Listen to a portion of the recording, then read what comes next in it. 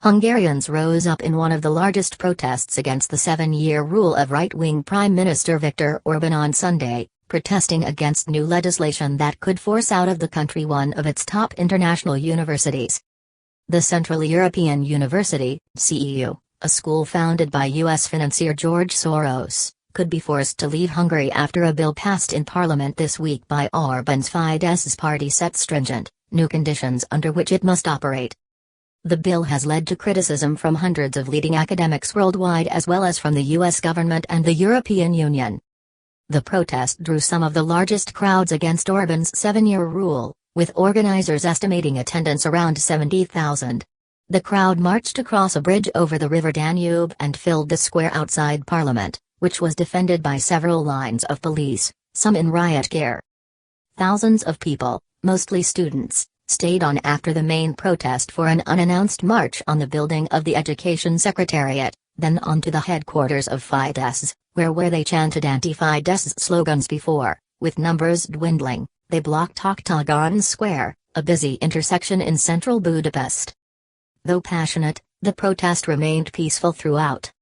Hungarian President János Áder must now sign the bill by Monday to make it law.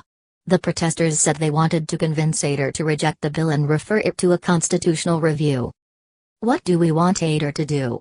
Veto," the crowd chanted. "Free country, free university."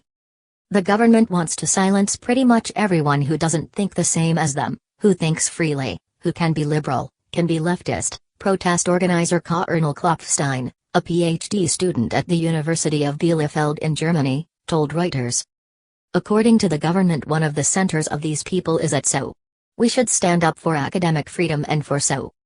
The students sat down on the pavement and chanted slogans like "Here is the end, Victor," or "Fidesz is dirty." Crackdown on dissent. The government has been tightening up on dissent in other ways as well, proposing tighter rules on non-governmental organizations, NGOs, which will have to register with authorities if they have a yearly foreign income of 7.2 million forints, $25,000. The rules are admittedly targeting organizations funded by Soros, a Hungarian-born American financier who for decades has given away billions of dollars of his fortune to support causes of a liberal open society worldwide. The Hungarian premier has often vilified Soros, whose ideals are squarely at odds with Orban's view that European culture is under an existential threat from migration and multiculturalism. Orban has often said NGOs are doing Soros' bidding. The government is always looking for someone to fight with, and Soros seems like a perfect person for this because he funds NGOs in Hungary and he funds SO as well, Klopfstein said. SO Rector Michael Ignatieff has said the school would continue operations as normal and demanded that the law be scrapped and additional international guarantees of academic freedoms be added to current legal safeguards.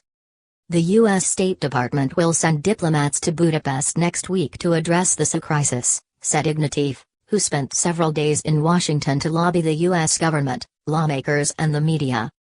They want to completely undermine and eradicate what remains of civil society, Bara Bognar, a 40-year-old finance professional, told Reuters. "This is the first protest I have ever participated in. There is a level at which you must be present, so here I am." The method, the lack of dialogue, the efforts for years to annihilate all democratic institutions, this cannot be the future of us nor our children.